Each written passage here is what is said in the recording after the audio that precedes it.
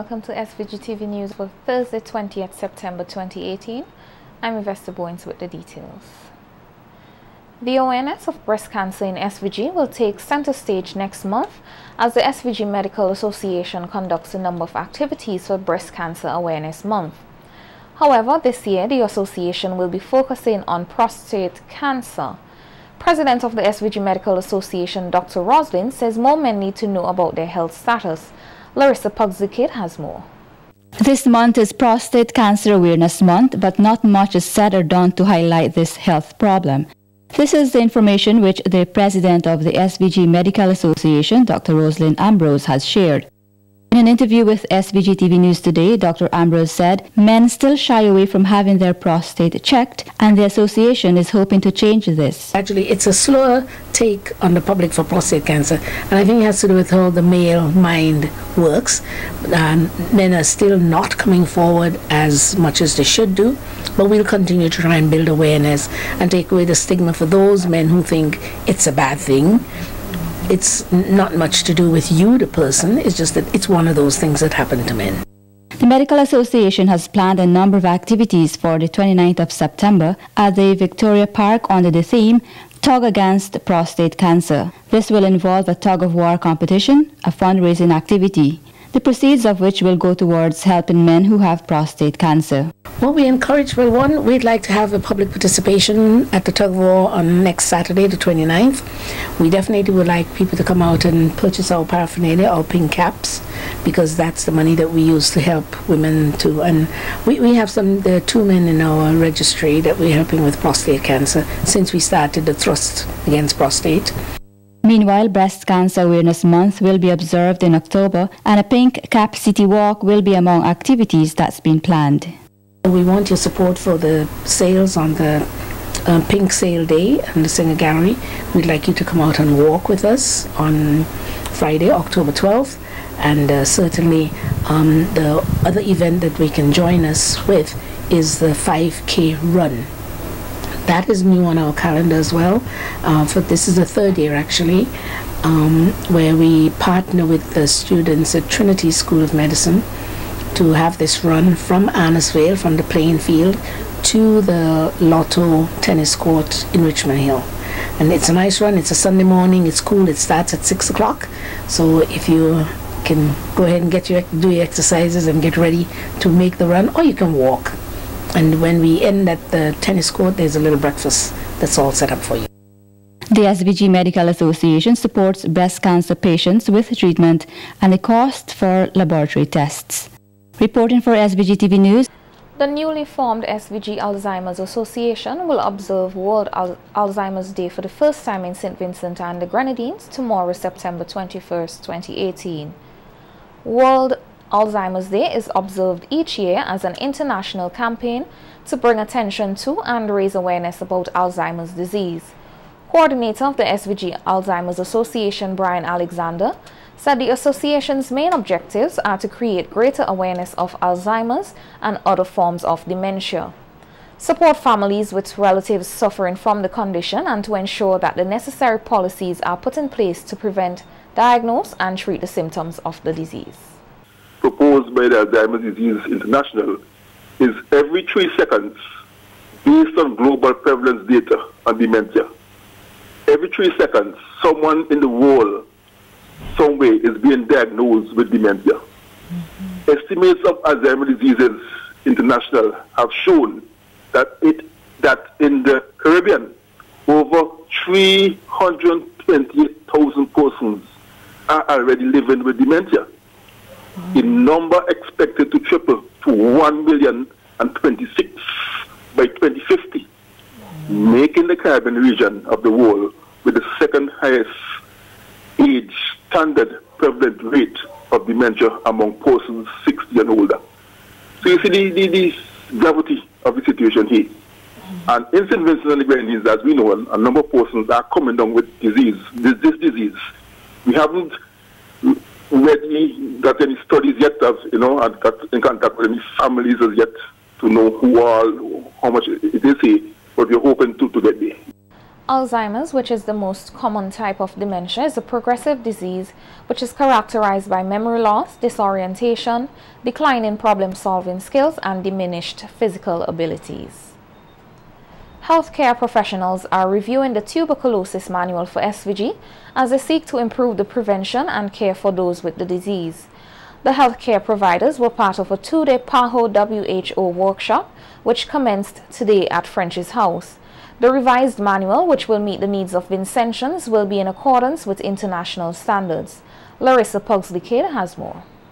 SVG's tuberculosis manual is currently outdated and needs revision in order to meet new international standards. This is the word from Sister Feroza Roach, Director of the National AIDS Secretariat. Sister Roach, who also manages the STI unit, told healthcare providers at the two-day workshop today that SVG has managed the disease well. However, they are not taking any chances. Tuberculosis and tuberculosis HIV is a severe public health issue globally. While in St. Vincent and the Grenadines, the epidemic is not a burden. If we don't adequately address it, it may become a public health threat. Some of the key areas being looked at in the manual are gathering information, data analysis, and reporting. Prevention and care is another area that is being addressed. We need to have the involvement of all key stakeholders, and we need to have the buy-in, and we also need to equip our healthcare professionals with the necessary knowledge and skills. We are reviewing our manual, our national manual, to ensure that it is in line with that new guidelines, because there are new advances in TB treatment, prevention, treatment, and control. So we want to align our national TB guidelines to that. The OECS has updated its standards for tuberculosis, and countries are asked to update their manuals. The Ministry of Health, through the National AIDS Secretariat, has provided critical care to persons with tuberculosis, as this disease is also linked to HIV/AIDS. Tomorrow's workshop will address the surveillance of tuberculosis in SVG. The Pan American Health Organization is providing technical support for these workshops. Reporting for SVG-TV News, I am Larissa Pugsley-Kidd. Policemen and women are now better equipped for interventions with persons who are suffering with mental health illnesses. This, as members of the constabulary completed a three-day workshop today, which was conducted by staff at the Mental Health Rehabilitation Center. Senior nursing officer at the center, Sister Elizabeth Medford, said while on duty, the police often intervene with individuals who are mentally ill. She was pleased with the outcome of the workshop. Working with us all along, but we're able now to sit down today. We did an introduction to the MH gap. We did the role of the law enforcement officers in mental health care. We did an overview of mental illness. We also did helping patients in crisis to get treatment safely, and we also did the admission and referral protocol for mental patients. So it has been a very productive workshop. The officers were able to state the issues, and this is not going to end here. We're going to sit down after and try to put protocols in place so that we'll have smooth, good understanding, better work relationships, and each officer will know exactly what they have to do. There are some things that we have to iron out in our system to make it more easier for the police officers after lending us assistance, that they can have, some priority care, but those issues will work out after. But it has been a very successful symposium. Sister Medford said the symposium is with a view to bring mental health back into primary health care.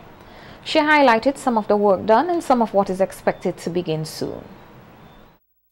Dealt with the pharmacists, the community, the health nursing supervisors, the district nurses, the nurse assistants, the police officers, the prison officers, and these are all the frontline workers. These are all the persons who respond to the care of the mentally ill at the community level. So now we are going to be visiting the community center and actually putting the structures in place so that the integration can transition smoothly and easily and effectively. And I want to say again that we have a police force that is very passionate about what they do, very willing to collaborate. They have been collaborating with us, but they are one of of our main supporters out there in the community. Whenever we call on them, they are always there to help us. And we're glad that we're able to give them more education, skills and knowledge, so that when dealing with the mentally ill can get the care that they deserve while the police officers are safe. The acting senior nursing officer said the policemen and women were able to identify issues which will be addressed in a timely manner. A few of the issues, mental patients, maybe when they are very aggressive, strange behaviors, and the officers are calling to assist, and they get to the A&E department and they probably have to wait for extended periods. I think those are things that we can really, the protocols are there, but just to make sure that they are enforced. And also putting protocols in place, like we went through in our last session, what to do, where to take this patient, who to refer, where to get the referral, things like that. Two members of the constabulary who attended the symposium have welcomed the approach of the Mental Health Rehabilitation Center. Well, I must say it's always good to raise awareness, and it's never too late to be retooled. It's not anything new, but you know, by raising the awareness, it will help me to help my subordinates on the job when I do get back. We worked hand in hand, and mental health there's not a separation, because we basically do the same work when we talk mental awareness and dealing with persons. We need to take better care and care for them. So we're basically doing the same work. We're police officers, but we're doing some health care as well. There are times when I would have encountered some, violent behavior, and there are times when you have persons who all they need is just a little bit of care and love, and I think that is what is lacking, and that's the key, if you ask me. Yes, the fact that we as officers on a daily basis will respond to these calls, and there are times when we arrive at the hospital or clinics that we would be delayed per se in regards to how soon the effectiveness in regards to dealing with these patients because of a medical issue or so forth. And I would very much like to see that when we do get to the hospital or the clinic, that there must be a way in which they could deal with these people more quickly, taking into consideration that they are ill. In the community, we sometimes have them as creative people, but I'm not seeing it as any, like say what we call craziness. It's just a sickness. So we have to deal with it more professionally.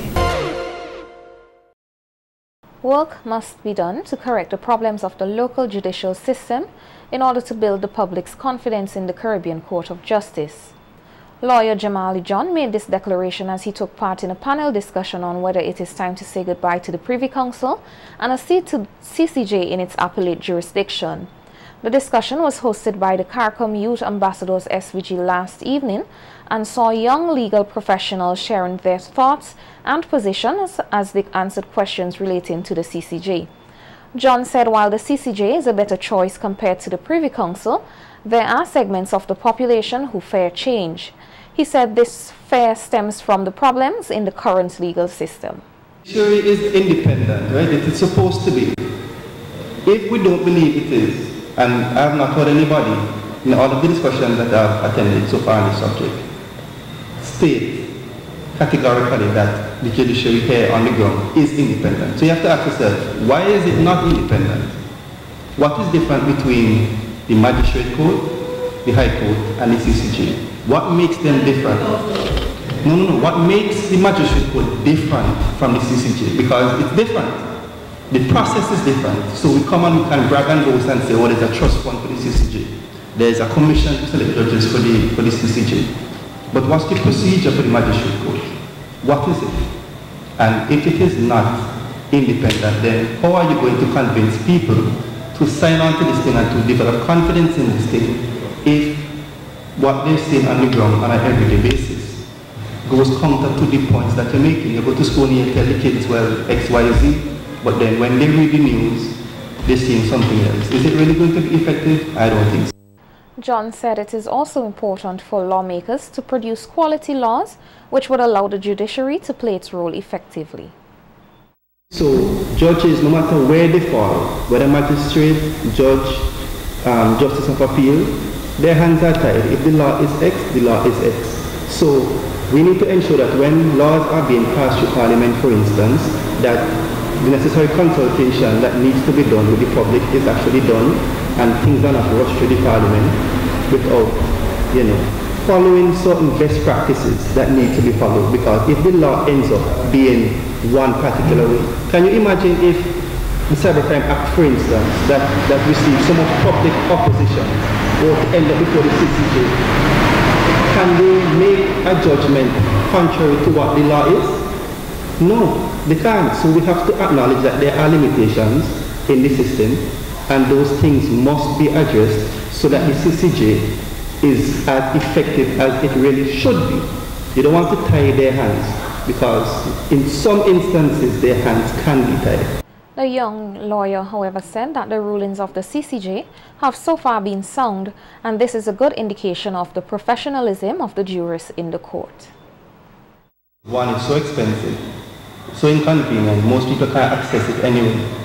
And when we look at the decision that the CCJ has made, in particular a recent decision coming out of Barbados with the right to vote, we can see clearly that the CCJ has not been given decisions that are, for the government. They have been protecting and enforcing the rights of common citizens. And we here as Vincentians, even if you have fears and doubts, you can't give away what could be your only recourse to justice. So I support the CCJ for that reason, because I believe that if I, as a private citizen, if I want to have my rights infringed, I want to at least know that I can access, the apex court, because the Privy Council, frankly, is just way out of my budget. And I would like to have that opportunity, and I believe that the judges that we have now, and hopefully to continue, would be able to make decisions that are not based on any interest but what the law says. The Girl Guides Association of St. Vincent and the Grenadines will host its inaugural reading competition tomorrow, Friday 21st September, at its Level Gardens headquarters. The competition, which will run from 3:30 to 5 p.m., is being held to mark International Day of Peace, which is recognized globally. It will also be part of the association's activities to recognize International Literacy Day and Orange Day in the month of September. The competition will be held under the theme, Stop the Violence. 6 Girl Guides in Forms 1 and 2 across the Windward, Leeward and Kingstown Grenadines divisions will read messages promoting peace, non-violence and anti-crime positions. All participating Girl Guides will receive a Peace Medal, and the top 3 participants will receive special awards. The police have charged another man in connection with last Saturday's robbery of medical doctor Tawana Brown Caesar.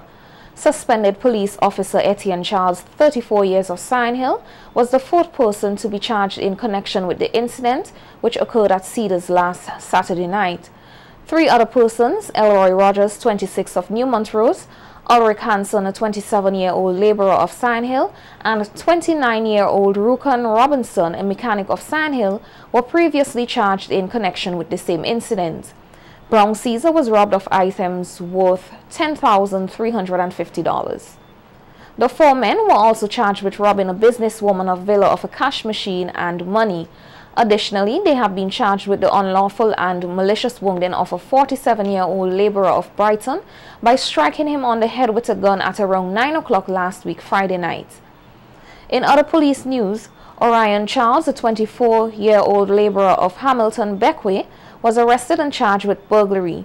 The police say that Charles entered the home of a Beckway resident and stole 2 cell phones on Sunday, 16 September at about 2:30 p.m.